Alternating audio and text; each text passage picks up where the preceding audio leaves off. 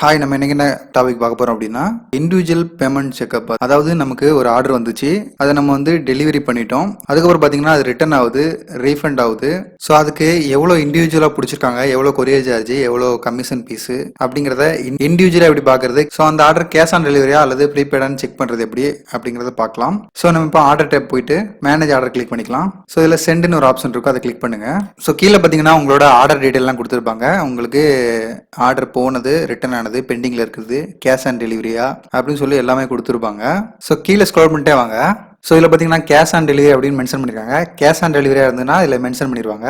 அல்லது ப்ரீபெய்ட், அதாவது பேமெண்ட் பண்ணி உங்களுக்கு ஆர்டர் எடுத்தாங்க அப்படின்னா இந்த மாதிரி கேஷ் ஆன் டெலிவரின்னு ஒன்றும் இருக்காது. ஸோ அதுக்கடுத்து பார்த்தீங்கன்னா இதில் வந்து ரீஃபண்ட் அப்ளைடு அப்படின்னு சொல்லி கொடுத்துருக்காங்க. ஸோ இது வந்து ரிட்டர்ன் ஆன ஒரு ஆர்டரு.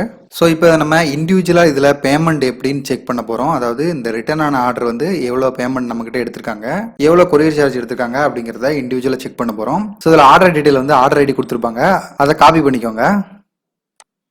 ஸோ காப்பி பண்ணிட்டு நம்ம பேமெண்ட் செக்ஷன் போகலாம். ஸோ அமேசான் டேஷ்போர்ட் போய்க்கோங்க. ஸோ இதில் ரிப்போர்ட்டில் போயிட்டு பேமெண்ட் ஒரு ஆப்ஷன் இருக்கும், அதை கிளிக் பண்ணிக்கோங்க. ஸோ கீழே ஸ்க்ரோல் பண்ணிட்டே வாங்க.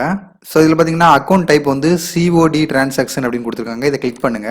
இதில் வந்து எலக்ட்ரானிக் டிரான்சாக்ஷன் அப்படின்னு இருக்குது வந்து உங்களுக்கு ப்ரீபெய்ட், அதாவது பேமெண்ட் பண்ணி வாங்கினது. இந்த சிஓடி அப்படிங்கிறது கேஷ் ஆன் டெலிவரி. ஸோ நம்ம இப்போ காப்பி பண்ண ஐடி வந்து கேஷ் ஆன் டெலிவரியோடது. ஸோ அப்போ சிஓடின்னு கொடுத்துக்கலாம். சிஓடின்னு கொடுத்துட்டு ஸோ செட்டில்மெண்ட் பீரியட் இருக்குது, அதை விட்டுருங்க. அதுக்கடுத்து ஸோ ஃபைண்ட் ஏ டிரான்சாக்ஷனில் அந்த ஆர்டர் ஐடியை பேஸ்ட் பண்ணிருங்க. பேஸ்ட் பண்ணி சர்ச் கொடுத்துருங்க. ஸோ கீழே ஸ்க்ரோல் பண்ணிட்டே வாங்க. ஸோ இதில் பார்த்தீங்கன்னா உங்களுக்கு இதில் கொடுத்துருப்பாங்க, அதாவது உங்கள் இண்டிவிஜுவல் பேமெண்ட்டோட டீட்டெயில் கொடுத்துருப்பாங்க. அதாவது ரீஃபண்டு, அப்புறம் ஆர்டர் பேமெண்ட்டு, அப்புறம் அமேசான் ஈஸி ஷிப் சார்ஜ் அப்படின்னு சொல்லி கம்ப்ளீட் டீட்டெயில் கொடுத்துருப்பாங்க. ஸோ ஒரு ஆர்டருக்கான என்னென்ன பேமெண்ட் வந்து டிரான்சாக்ஷன் ஆச்சு அப்படிங்கிற டீட்டெயிலை நீங்கள் இதில் பார்த்துக்கலாம். ஸோ நம்ம கேஷ் ஆன் டெலிவரி பார்த்தோம், அதே மாதிரி நம்ம ப்ரீபெய்டு பார்த்துடலாம். ஸோ இது பார்த்தீங்க அப்படின்னா ப்ரீபெய்டு. ஸோ வந்து இதில் கேஷ் ஆன் டெலிவரின்னு எதுவும் கொடுக்கல. ஸோ இதை வந்து நம்ம காப்பி பண்ணிக்கலாம். ஸோ இந்த ஆர்டர் ஐடியை நம்ம காப்பி பண்ணிக்கலாம். ஸோ ரிப்போர்ட்டில் போய் பேமெண்ட்டை கிளிக் பண்ணுங்க.